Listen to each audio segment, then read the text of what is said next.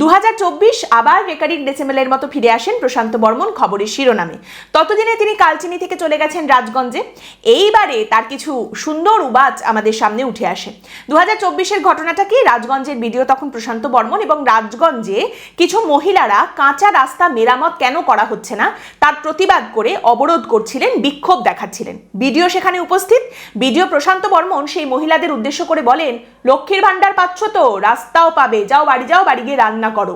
এর উত্তরে মহিলারা ক্ষুব্ধ হয়ে বলে ওঠেন, লক্ষ্মীর ভান্ডার চাই না, রাস্তা চাই। আর এই কথা শুনেই ভিডিও প্রশান্ত বর্মন বলে ওঠেন, লক্ষ্মীর ভান্ডার চাই না তো, ঠিক আছে, তাহলে নাম কেটে দিচ্ছি, লক্ষ্মীর ভান্ডারের তালিকা থেকে নাম কেটে দিচ্ছি, 100 জনের লক্ষ্মীর ভান্ডারের টাকা দিয়ে তাহলে রাস্তা হবে। আমি জানি না, দেখুন পশ্চিমবঙ্গের সরকার বা মুখ্যমন্ত্রী মমতা বন্দ্যোপাধ্যায় এইরকম কোনো স্কিম করেছেন কিনা যে লক্ষ্মীর ভান্ডারের টাকা পেলে কিন্তু রাস্তা হবে না, আর যদি রাস্তা পেতে হয় তাহলে লক্ষ্মীর ভান্ডারের টাকাটা স্যাক্রিফাইস করতে হবে। মানে এরকম কোনো প্রকল্প আছে কিনা। সেই সময়ও প্রশান্ত বর্মন এই কথা বলার পরে এই নিয়ে অনেক চর্চা হয়। প্রধান বিরোধী দল বিজেপির তরফ থেকেও প্রশ্ন তোলা হয় যে মুখ্যমন্ত্রী মমতা বন্দ্যোপাধ্যায় সরকারের কি তাহলে এটাই কথা যে লক্ষ্মীর ভান্ডার দিয়ে দিয়েছি বলেই সব দিয়ে দিয়েছি, আর কিছু চাইতে পারবে না, ভিক্ষার দান দিচ্ছেন মমতা বন্দ্যোপাধ্যায়।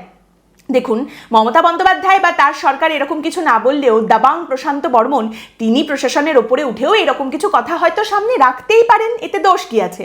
প্রশান্ত বর্মনকে যখন এই নিয়ে প্রশ্ন করা হয়, যখন এই নিয়ে চর্চা তুঙ্গে প্রচণ্ড বিতর্ক তৈরি হয়েছে, তখন ভিডিও প্রশান্ত বর্মনের পরিষ্কার উত্তর, এইসব আমার বিরুদ্ধে যা যা বলা হচ্ছে সবটাই ষড়যন্ত্র।